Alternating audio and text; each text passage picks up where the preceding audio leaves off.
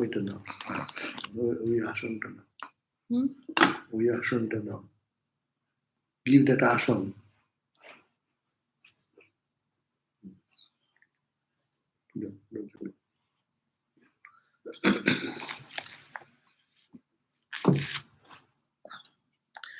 Om Vasudeva Sutam Devam Kamshachanuramardhanam Devaki Paramanandam Krishnam Bande Jagadgurum. Om Shanti Shanti Shanti.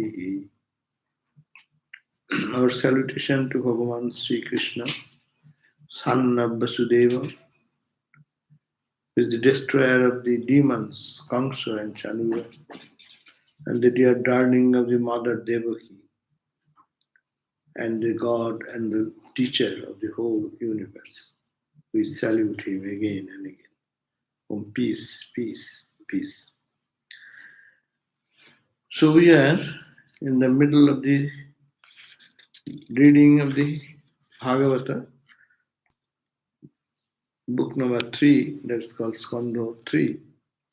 And we are in chapter 26. We read the other day about how the Virat Purusha creation and the creation came as described by Kapila. Who is Kapila? Kapila is the founder of Sankha philosophy. He is prescribing the Sankha ideal here. And he is talking to his mother, whose her name is Devaki. Devahuti. Devahuti is the name. So now it is very interesting. The creation has been described how Purusha and Prakriti came together, and because of that coming, how all the creation has come multifarious. This whole universe is because of the Purusha and Prakriti. And Purusha, misunderstanding about that identification has happened. Purusha is ever disconnected with anything of the mundane, is all consciousness and pure bliss. But because it has come in contact with the Prakriti, so the nature of the Prakriti has been intermingled into it, like Vedanta. And then the Prakriti is active, and being attached to the active Prakriti, Purusha forgets his nature and acts like an ignorant jiva, you, me, individual jiva. Now, this how to get out of this? We are in this entrapped into this bondage, but how to get out of this entanglement with the body, mind, and all the emotions, all the sufferings, all the pain? How to get out of it? So this chapter will deal with the Upadesha, the advice, the way of Kapila to get out of this bondage. This Upadesha is given, advice is given. So what is the bondage and what is the liberation? That is been described here. The very first verse, chapter Psalm 27, we're starting today. And here it says, Prakritistopi purusho najjate prakriteir gunai avikarad akurtritvat nirgunatvat jala arkavat. Ujjala arkavat. Both saying that this Purusha, what is the nature of the Purusha? Purusha no ijjate, is subsist, is does not affected, or it does not, is not it does not removable entity, it does not changeable entity. No ijjate, Purusho no ijjate, Prakritir gunai, with the gunas of the Prakriti. Though it permeates everywhere, like the space permeates everything, but space remains unaffected. So similarly, Though the Purusha, this means individual jiva, individual soul, not the man or woman here, but the soul which is inside that Purusha, in each jiva, what has happened? It's subsisting in Prakriti, it lives in Prakriti, but he is unaffected by Prakriti. It lives in the water, the boat, but boat is unaffected by the water. Water does not enter into the boat. Actually, really, nothing has happened. Purusha remains all the time pure. Even I am thinking I am this and I am suffering this, that. That's why Vedanta says, same, the foundation is the Sankhya. He says, you know, that is the foundation. There, Purusha does not do anything. It is unconcerned. It is ever pure. So he says, though the Purusha, which is subsisting in Prakriti, he is unaffected by Prakriti and its transformations. And all changes come in the Prakriti.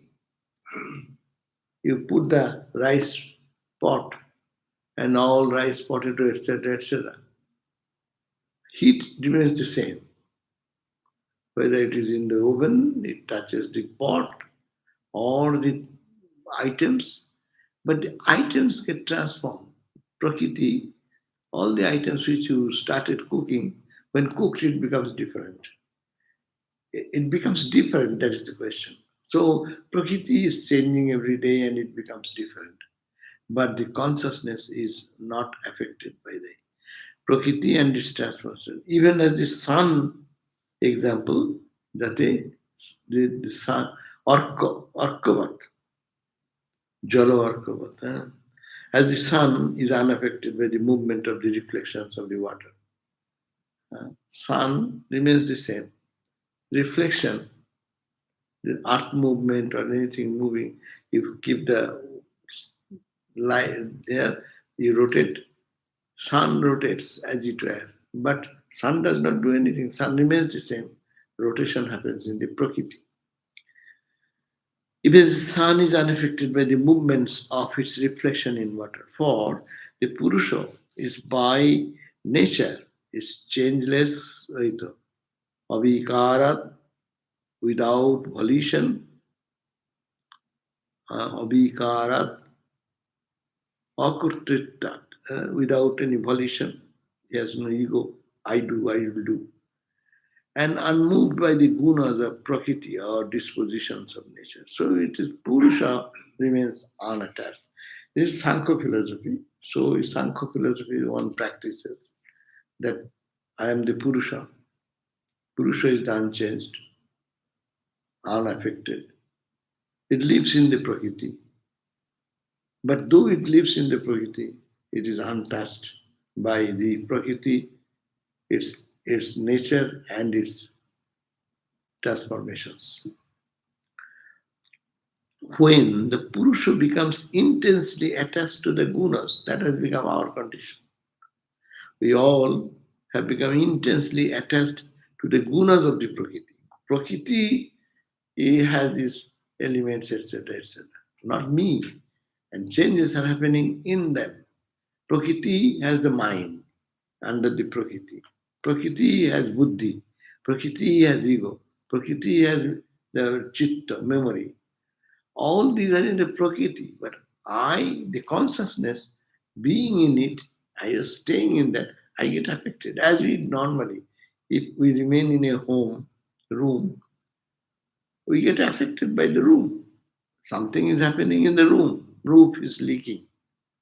The wall is whole. Rats are entering. No? But it is nothing happening to me. I am not the room. I am not the floor. I am not the roof. But I entering into the Prakriti, 24 principles, I think I am the body, I am the mind, I am this, and all its changes, whatever is happening. So when the Purusha becomes intensely attached to the gunas of Prakriti, how? Now by identifying himself with them, he forgets his changeless nature. Saivo jarhi prakiteir guneshu obhi visajjate.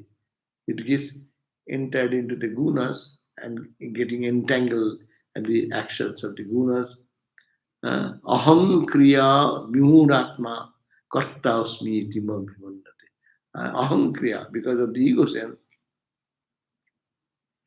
So, Prakriti, by identifying himself, he forgets his changeless nature and considers himself as the ego, I, and the movement of the Prakriti. I and all its ego. Changes of the Prakriti means mind, ego, intellect, ego. They are changing and I am changing. I am happy, I am unhappy.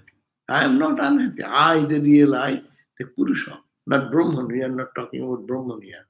But in Purusha Prakriti is the individual Veda Sankhya idea. That there are many Purushas, many Prakritis. But Purusha nature is the same. Prakriti's nature is the same. Thus, through this identification with Prakriti, Jiva becomes helpless and miserable. When it entangles into anything, he becomes miserable and he needs things who will help me to get out of this misery.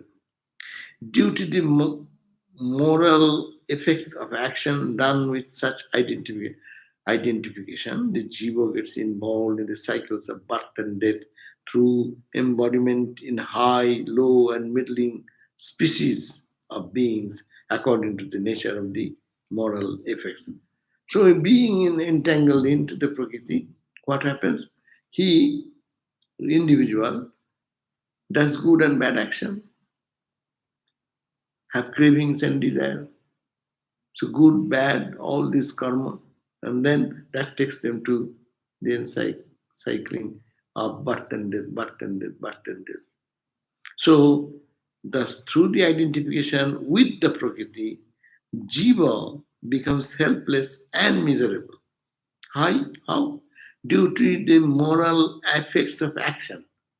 Action, when it is done, it has its effect. So good action will take to good work, peace, joy, and that's also an action that brings happiness. But when it is done something wrong, it Prakriti is changing, but the I consciousness, Purusha is thinking, I am unhappy. So this happens as a result, the individual jiva gets into the cycle of birth and death through the embodiment in the high life, high species. High species means the higher species, gods, goddesses, middle species, human, and lower species, animals and plants and this and that. Huh? Only according to their karma, they are all. And what the karma is coming from? Is only identification. See how scientifically he is bringing the philosophy, how only identification has created all this problem. All our suffering of life is identification. Suppose someone, we face so many challenges of homeless people and this and that. No? So many people shouldn't be, I'm not giving any heartlessness, that don't take that is to justify the example I'm talking. You do not know that person, but you feel sympathetic, no? And then you try to help, go little one step, 2 steps, 3 steps, 4 steps. As you move on, then you feel more suffering of that particular person. If you can feel the suffering of everyone, that's a different thing. That's Thakur said, daya, compassion. And particular one person, you feel because you saw somebody and you were kind to that person, and then you see the suffering of that person. So you think it's my suffering. Yeah? And then you get entangled into happiness or pleasure. His happiness or her happiness is your happiness, your pleasure or your. So this identification creates the problem of all. But is it not good that we should serve others? I'm not. Don't take that example here. Yeah, how attachment leads one to suffer or to enjoy. That is the point. So, suppose a fish has a prakriti and a purusha also. But a fish doesn't have that much intellect to separate Purusha and Prakriti. So then what will happen? And that's why it is said that a human body is the only body where you do the karma, and all other lives are the fruits of karma, enjoyment of the fruits of karma. But they also have Purusha. They have Purusha Prakriti like you, me. And if I do certain karma and I am to enjoy that fruit of that karma, karma phala, then I'll have to be born in a fish body. And when I'm in the fish body, that is an experience of your karmic result. When the karmic result will be over, 1 year, 6 months, when the fish will die, then he comes back to human life again. That is the concept. Therefore, there you don't accrue any karma.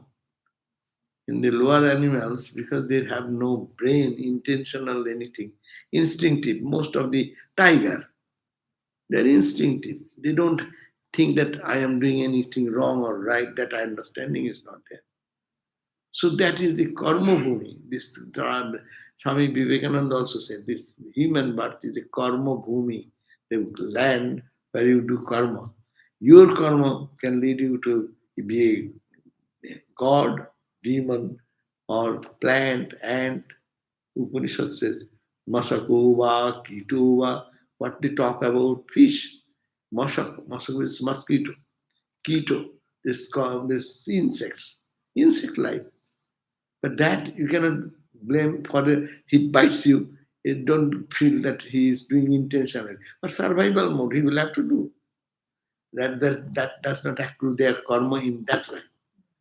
But what happens when we do bad good karma? The intention, mind is attached here, identification is there. All this, that's why developed soul have big problems. Undeveloped soul, they don't bother about. Oh, yeah, that's Ramakrishna's story. They know that story that one man was going and then they found at night, it has become night, or tired, but to take rest, and he found that one Shiva temple. And no one is there. So he went there and with a, after tired, he put this cow somewhere tied with this and then went into the Shiva temple, cool place, put his boots on the Shiva temple, Shiva, and lied down and slept.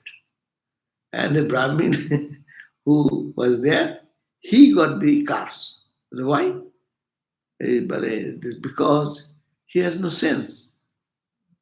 It is Shiva, it is God, Goddess. It is told to him. It's a very resting place, good resting place. You will put your leg like that. But it is you love me. So why did you keep the door open for him? You should have to protect, no? Your shrine. You should take care, no? So this point is that because we have the knowledge, with knowledge when you do, its result is to be experienced in another way. And who does it innocently, is a child, does something innocently, no one punishes a child for that. So, so but adults are punished. Why? Unless you have your understanding has developed, you cannot do whatever you like. Your karma follow.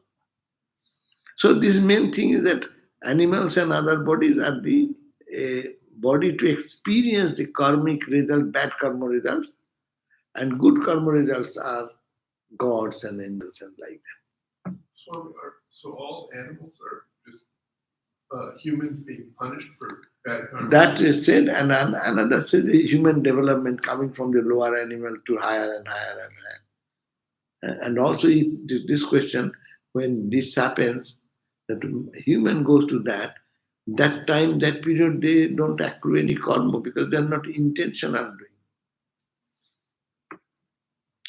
The punishment in the courthouse is two types, no? When intentional killing or unintentional something. People said, oh, he has not mind us. He's psychologically disturbed people. He did this out of nothing. So punishment is reduced or something else. But if it is intentionally planned with you have done something, that punishment is much more. Even in the court law in the law, fourth point, the real agent and the real doer is Prakriti. Real doer, real agent is Purusha, like Prakriti. Purusha does not do anything. If you say who does everything, it is Prakriti. Ramakrishna's simple example in Indian household in early days, that grandma, she will collect all these seeds and this and that in a bundle, no? And she is the owner of the house and she is moving here and there and controlling every item. And the man, Indian man, babus, they're sitting and with a hubble bubble and talking to other people and doing nothing. Babu is sitting there. And the lady in the house, she is controlling everything and controlling, managing everything. And occasionally coming to the boss, husband, and saying, this is done, that is to be done. Some help is necessary there. And he say, yeah, okay. So Purusha does not do anything. Prakriti does. Thakur's example is more appropriate in the context to those who understand Indian context in early days. That's why even here, when when a married couple comes, no, the husband will be Babu sitting, and will have to do everything. Even some people come here, I have seen, they will have to be served. Hurry, take the plate, we are all lined together, but he will sit. The wife will bring all the plate ready and then put it. No, that means she is the doer. He is nothing to do. So meaning is that that is the society's one way of society's behavior pattern. But the main point is that it is all happening in the nature. But Purusha is not doing anything. He does not do. Light does not get affected whether I'm reading a holy book or unholy book. But light is the cause of my reading. Good, bad. And someone is doing a forgery under the light. Another is also worshipping the Lord in the light. No? Light is unaffected. So Purusha is unaffected. Without it, Prakriti cannot function. Prakriti wants to get rid of Prakriti. Purusha, that's why the Prakriti is, that's why Swamiji said Prakriti. The desire to get liberation comes in Prakriti, not in Purusha. Desire means Prakriti. Hmm. Purusha is consciousness. When Prakriti wants to get rid of Prakriti. Yeah, now Purusha identifying with the Prakriti becomes Prakriti like. I become like a Prakriti. And I think I'm doing.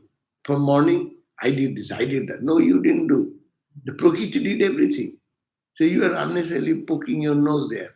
So you disidentify. Then you will be free. Everything goes on. You are not affected.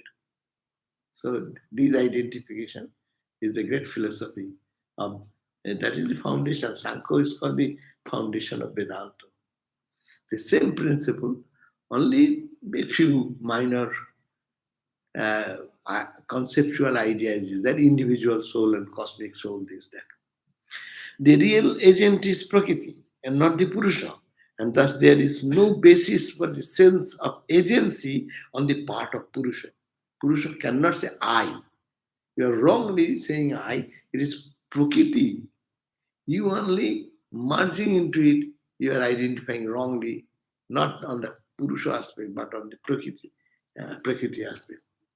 Yet, the sense of identification with Prakriti is enough sense of identity, only identification, mental identification. Well, see how much the whole world is mental identification and disidentification. Mental identification, mom, dad, they love their children. Mental identification lack. The same child, same mom, same dad behaves differently. So it is detachment, attachment we call, it is the same type. Is enough to involve Purusha in the cycle of birth and death. So this identification is more powerful to involve anyone into the cycle of desire and life and coming and going and birth and disease. And the cycle of births and deaths. Just as for one involved in a dream, identification is enough to give the dreamer experience of a painful or a pleasurable nature. So in a dream, just a gross example, you dream something appears in the mind and the witness consciousness merging that I am that guy here and I am suffering, I am so it is the actually entire dream is false. It has come only for the moment. But where is the dream now? It has not happened. Considering this world is real, that is unreal. But Vedanta will say both are unreal. That don't bring that. Problem is that don't when we talk about something, don't bring the whole Vedanta everywhere here. Here is a specific example. When I am in dream, last night I saw the dream, and I was happy. I was unhappy. I was happy with getting something what I wanted. I was very unhappy or frightened or fearful what I saw, and I identified as suffer. You cannot say I didn't suffer. But where is that suffering or where is that joy? Is there anything here now? No, that's a little dream is dream. As dream is dream, so this is also dream. The painful experience, pleasurable experience, all are due to identification. So identification, hammer on the point identification. Fifth verse. Therefore, to gain liberation, the mind has to be slowly drawn away from this involvement with Prakriti and its evolutes, that is the object of the senses, senses and its sense objects. Prakriti and Vikriti. That's how you say Holy Mother. Prakriti Vikriti Shunna Nityamananda Murti. Ramakrishna. Prakriti Vikriti Shunnam. Every day, morning we chant. Prakriti is the nature and Vikriti is transformation. Shunnam is this line. It is bereft of all the nature and its involutes. All this gone out. So then what happens? That is the Purusha, you become Purusha. And it evolutes and united with the Supreme Being, that means Purusha, through the practice of devotion to Him and the cultivation of an extreme repugnance to the objects of the senses. So you have to detach from this world and worldliness and attach to God. Simple formula. So that is the verse number 5. এই যে অতএব শনৈ চিত্তম prasaktam asatang puthi. That means, therefore, chitta, the mind, which is shanai, which is prasaktam, which has been deeply attached to satang puthi, asatam puthi, in impermanent objects or the objects of the prakriti. Sanaiti, slowly practice. Bhakti yogena, tibrena, viraktya cha night dayam. So, by bhakti yoga, by devotion to God, bhakti yoga means devotion to God, tibra virakti, intense detachment, intense rejection of the objects of the prakriti. See, that's what we say, love for God and detachment to the world. The same thing. Ishware Anurag, Ramakrishna said, Ishware Anurag, Vishaye Vitorag. Vishaye Vairagya. So, in the detachment from the sense objects and Ishware Anurag, love for God, that is the path. So, Bhakti Yogena Virakta, Nayat Dasam, Dayam, Nayat Basam. Oh, it will bring under control. Basam is control. This identification to detect, destroy, sonoi, slow practice. That mind which has been attached to the sense objects slowly is to be brought back by this practice. Noyet bhakti yogena and tibrena. One is love for God, and virakta means being detached from the uh, objects of the attachment. Now, the disciplines for the attainment of liberation are as follows. And what are the disciplines I shall follow? 6 verse. Yama Divir Yoga Pathair. You have to follow Yama Niyama Asana. It's a yoga path. Patanjali's yoga philosophy. What says? First is Yama and Niyama. What is Yama? Yama is, we have discussed many times. Ahimsa, Satya, Astya, Brahmacharya, Aparigraha. Non-injury, truthfulness, Astya, Brahmacharya, celibacy, non-stealing, Aparigraha, non-receiving gift. We have discussed that. And also Niyama. What is the Niyama? Niyamas are Shaucha, purification of the body, Santosha, containment of the mind, Tapa, austerity, Shraddhaya, study and spiritual reading of the spiritual text, and Japa, and surrender to God. So, Jamadivir Yugapathir Abhyasan Shraddhayanita. You have to do practice. How will you realize in one jump, I am Brahman? Will not do. Most of the problem is happening there. Philosophy Vedanta is nothing wrong, it is the truth. That is the ultimate truth. But we have to get ready ourselves. So that's why Yama Niyama, these are fundamental. That's why he says Jamadivir Jugapathair Abhyasan Shuddhayanita. It's a practice of bhas. Shuddhayanita, becoming very respectfully practicing these disciplines. Brahmacharya, celibacy. Maunena means not chattering worldly talks, rather living in the concepts and our control of the speech. Swadharma, baliyasa, following your own dharma of life. You are a professor's dharma, doctor's dharma, engineer's dharma. You are a political person's duties, responsibilities, wife's dharma, husband's dharma, mom's dharma. So this is the dharma. Meaning what we expect from a person. Ideal mom. What do we expect?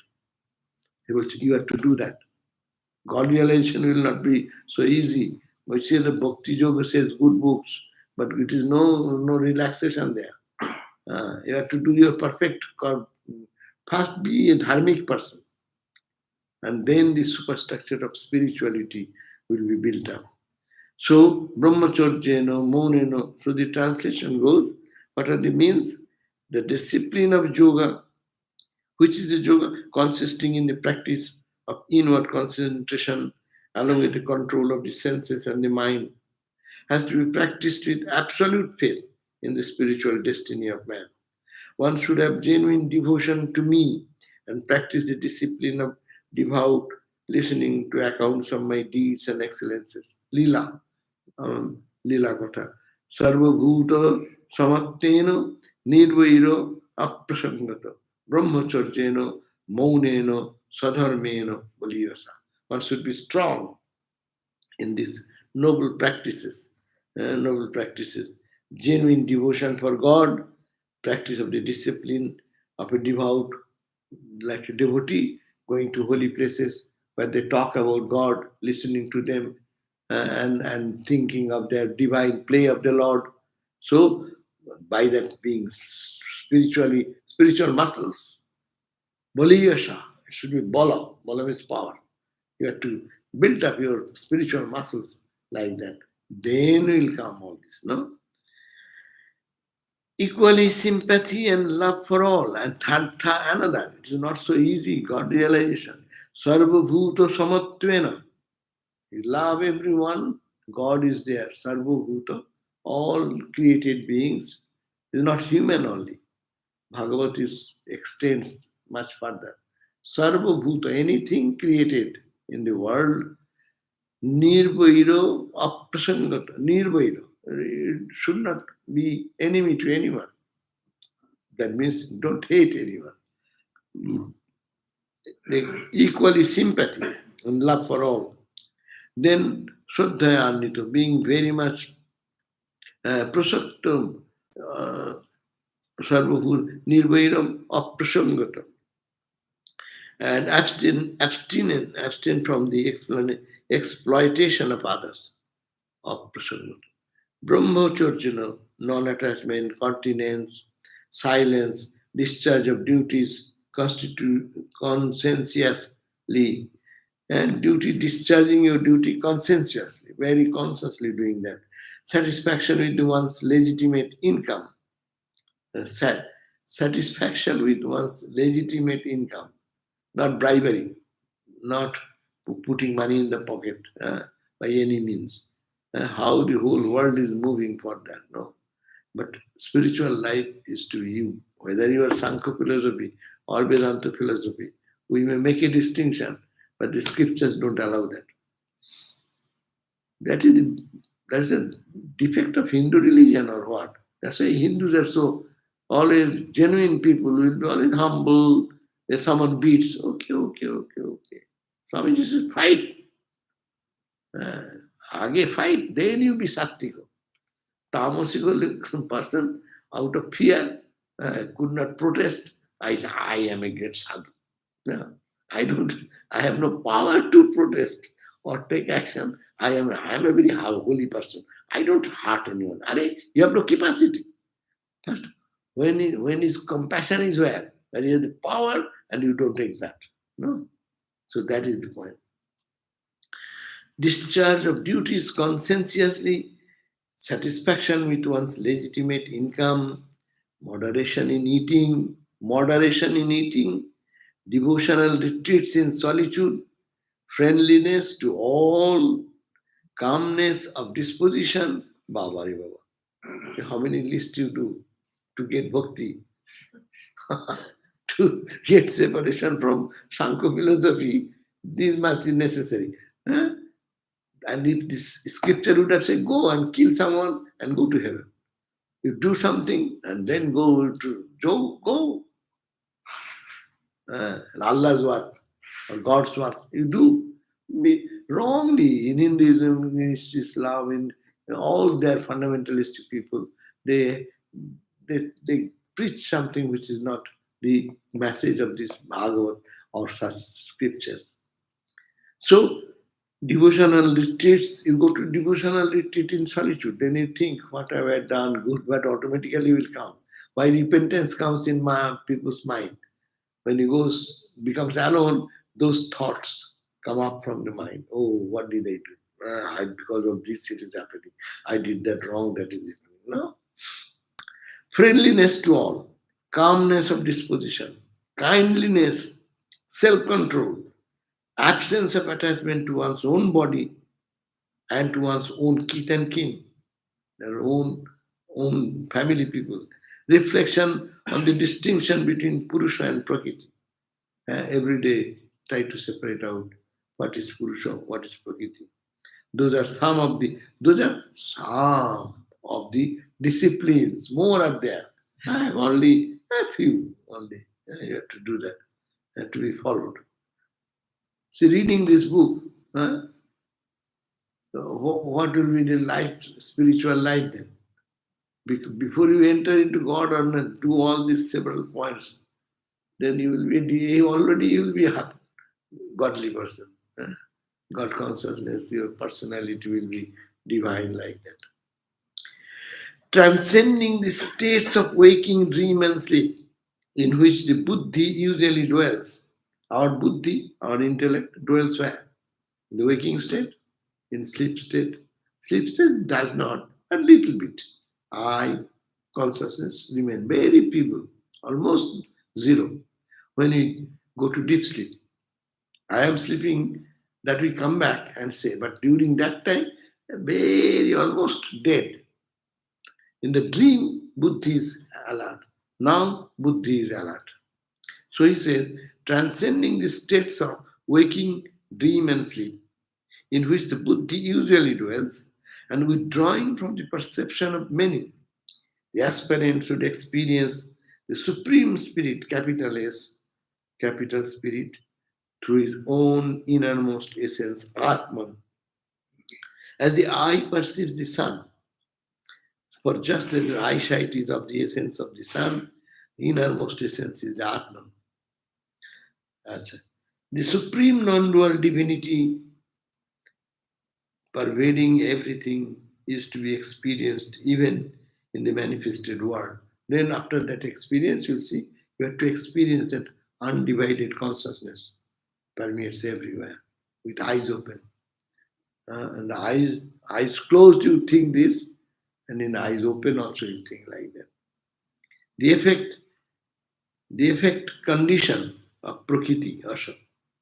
The divinity, the supreme non-dual divinity, which is pervading everything, is to be experienced even in the manifested world. So in this manifested world, you have to see that is all divine is behind all this Prakriti. Behind the Prakriti is the Purusha. That idea is to be taken. As his ultimate source, he is the closest friend of Satchidananda, of Sat, the Jiva, and to be approached in the form loving relation. He is also the eye, the guide, and enlivener of Asat, one's own body and the material nature of which it is part. But it is his consciousness that sustains and reveals everything. So this consciousness is inside, consciousness is outside. The whole world is permeated by that Purusha, and also inside every action that is also happening because of the consciousness.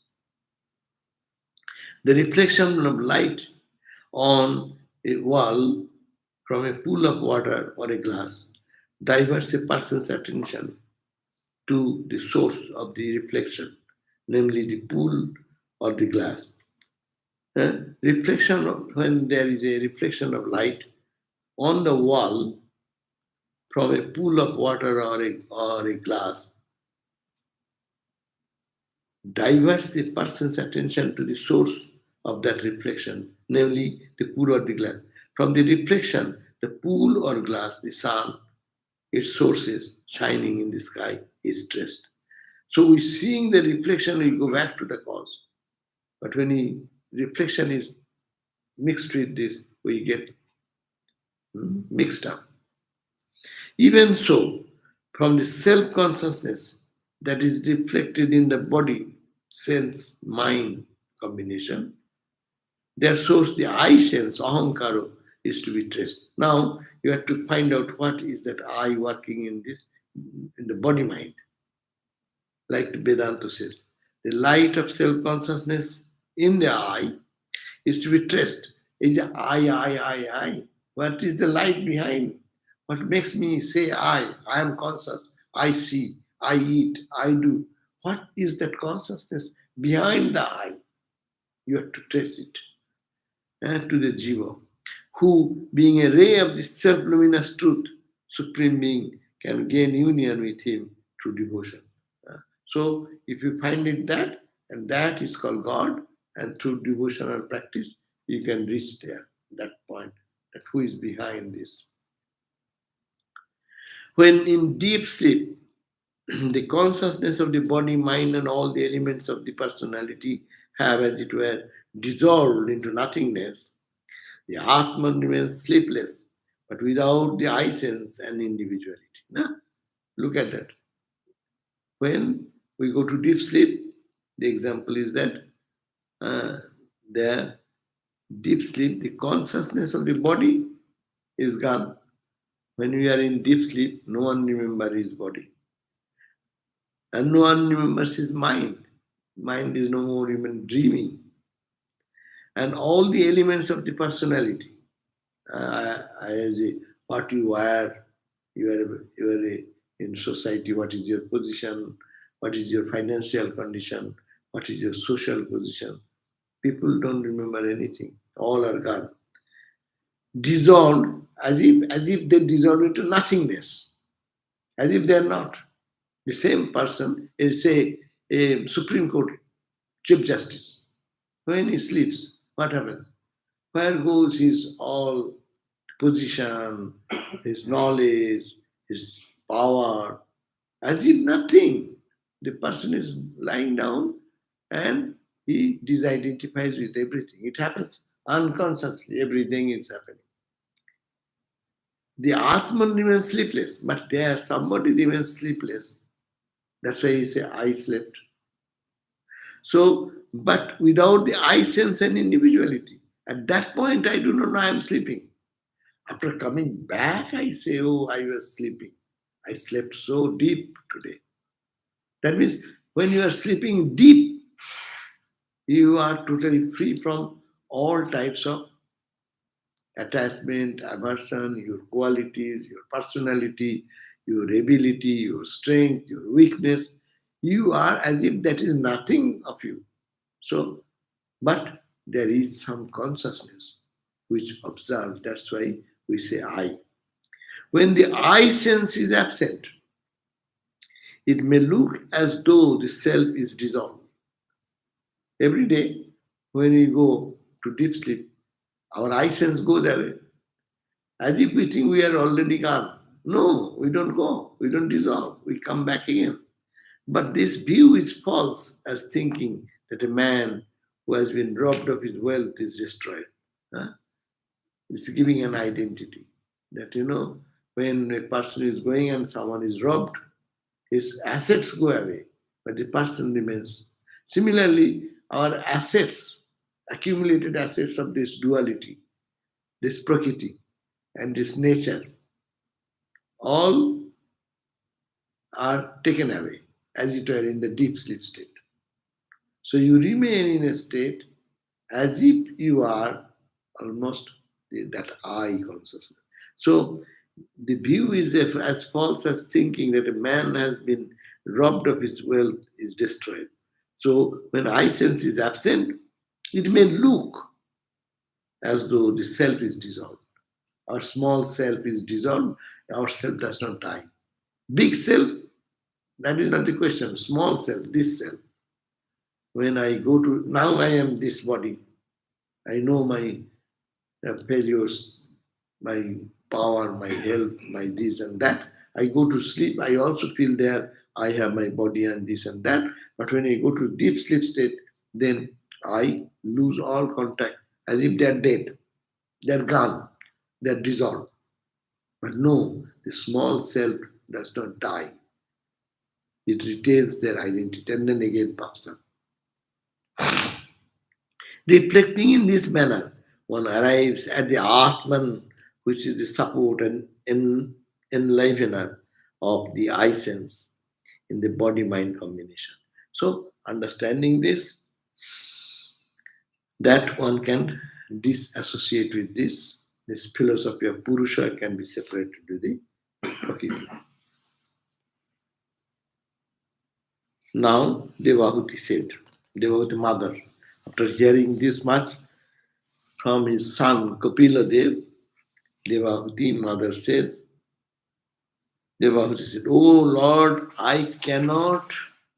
grant, I cannot, I cannot grant that Purusha can ever be free of the hold of Prakriti because they seem to be mutually interdependent and eternally connected. The mother is putting the question. What you said that they will totally be separated, but this separation I don't think is possible because they are interdependent. The heat is dependent to manifest the universe, and the material is also necessary to create the universe. Just as one cannot experience separate existence for the element water and its property flavor, can you separate out the water and its flavor? Or can you separate out the flower and its fragrance? Like that.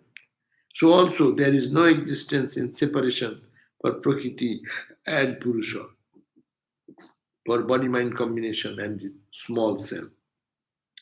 While the body-mind combination, the product of Prakriti, is thus irrevocably operating, how can the cell capital ever attain to freedom from karma and its consciousness, in the spite of the fact the self is described as non-agent. So it says because they are interdependent and they exist so long, so how can it be separated out? It is not possible to separate out anymore. It looks as if there is no liberation for the self. Then there is, you're talking about liberation. This small self will be liberated from this identification. There is no chance as it were. For by philosophical reflection, one may seem to rise above the sense of bondage. For the nuns, what is NONC? Nuns. Means for the instant. Instant, that's right. For the instant, for a moment, for now. But as the cause of bondage, namely the hold of Prakriti on the Purusha, is still there, unresolved bondage can unresolved. Their bondage can recur. So even if you say that they separate out for a moment, but they cannot separate out, they will have to come back into the bondage again because they are so close. And again, Purusha Prakriti will come in contact and they will regenerate again this life. Bhagavan Kapila is giving, question is very tough, answer is also very tough. Bhagavan Kapila said, the oppressive bondage of Purusha by the Prakriti to the body mind can be destroyed by sadhana or spiritual discipline, practiced with the help of body mind itself. With this, taking this body mind as a tool, we can destroy the identification of body mind with the consciousness. Taking help of this body mind, we can control ourselves and can separate out. This is actually what we are doing. We are thinking who is the consciousness behind us. No? How are you doing? Using your brain, using your mind, using your day-to-day experience. So Kapil Dev said, no, it is not like that. You practice, it will happen.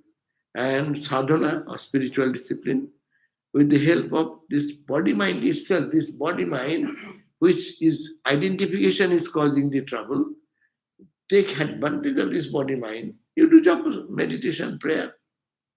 The same thing which has caused you this bondage, the same thing will help you to be free.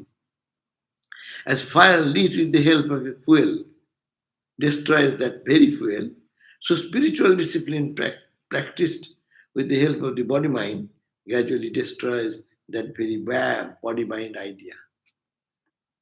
Taking the help of body mind, kill the body mind. That is the point. Actually, Vedanta says, I am not the body, not the mind, not the mind, not the body, not the mind. Day and night they are talking now. I am not the body, not the mind. Saying so all the time, they go beyond body mind. So that is the suggestion. Take help of this body mind, which is now you are feeling in ignorance. It is causing suffering and pleasure and pain. Use this same body mind to fight out and separate out. So, help of the body mind gradually destroy the body mind, which is the product of Prakriti, by which the Purusha is held in bondage. So Purusha is held in bondage because of the body mind. And with this body mind taking, with this practice of discipline and practice of this, all the sadhana, it will get out of this body mind. There is a Swami Shraddhananda used to give this example, San Francisco Swami, that when the German Hitler's Bahini was marching and conquering one country after Poland, after this country and that country, what they are doing, they took the army, don't kill them, take them and train them to be a part of their movement, of their own strength. So everywhere they're gaining more military power by conquering that country and captivating those military people, that warriors, to fight on behalf of him. So similarly, this body mind, which was a cause of trouble, take this body mind and conquer it, and then it will be With that power, you can get out of the body mind.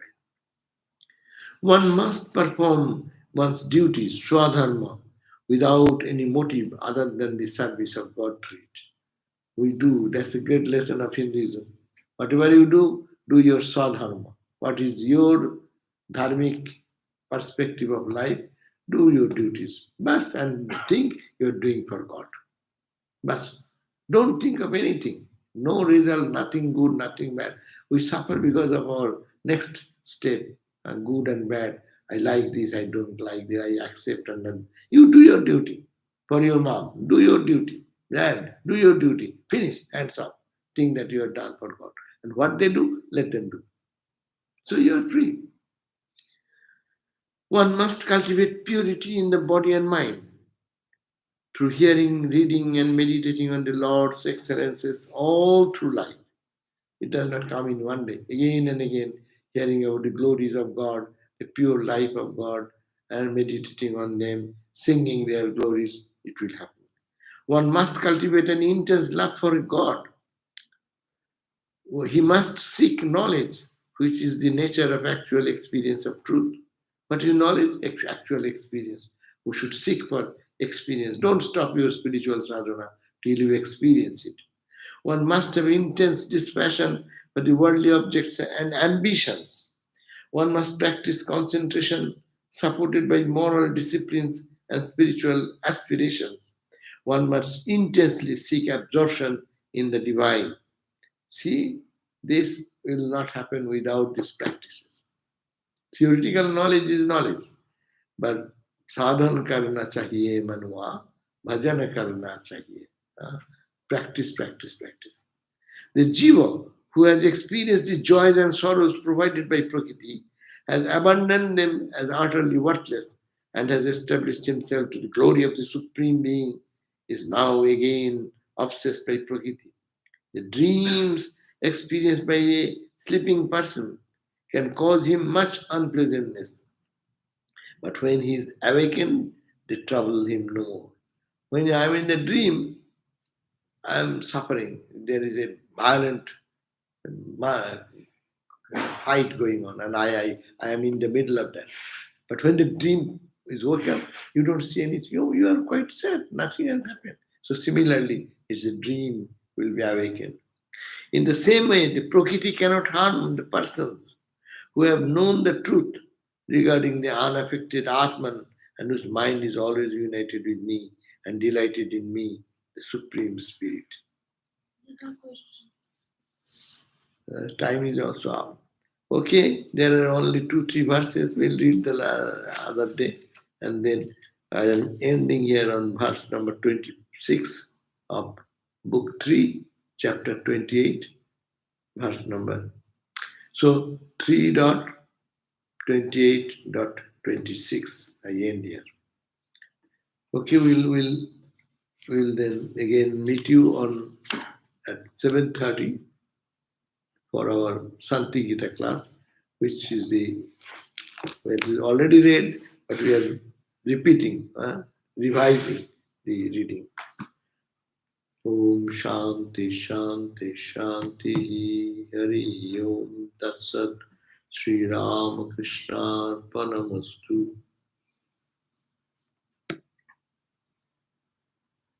For souls who take a human body, then have a childhood and or life of suffering, is this also the result of bad karma?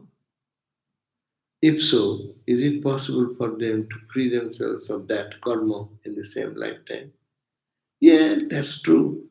If you believe in the karma theory, then this is true. Karma theory says that all present actions are due to my past karma.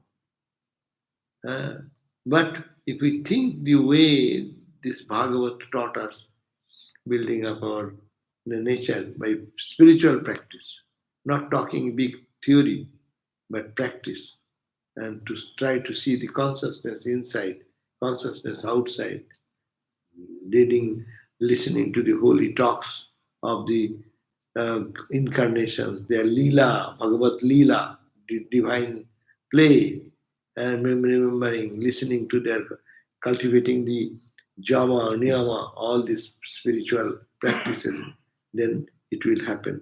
And yes, it is possible to free. That's why we are all struggling. It is possible. Surely it is possible. That karma, I did the karma. If I undo the karma, I did the karma this way. If I do the other way, result will be different.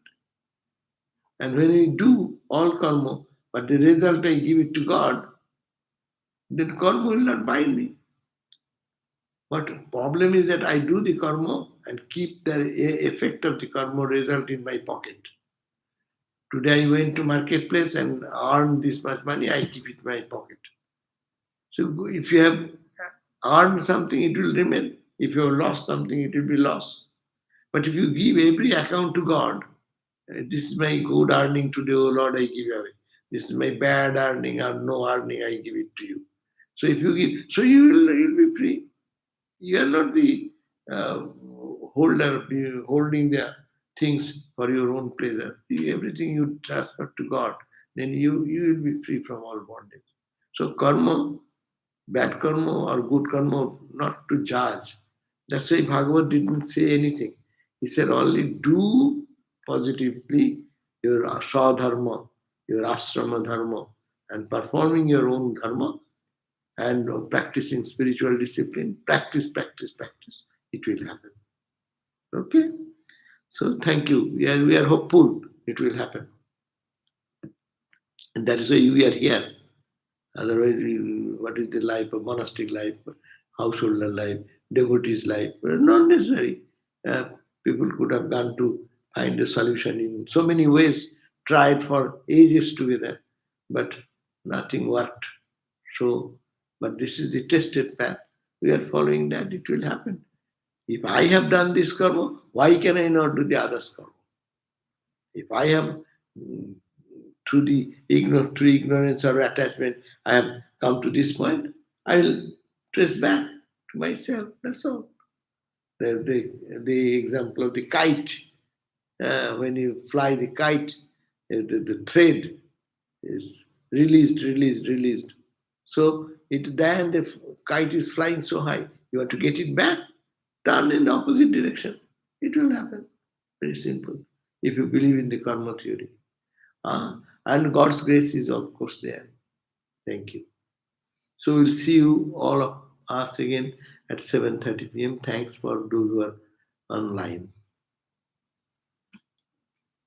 Om Shanti, Shanti, Shanti.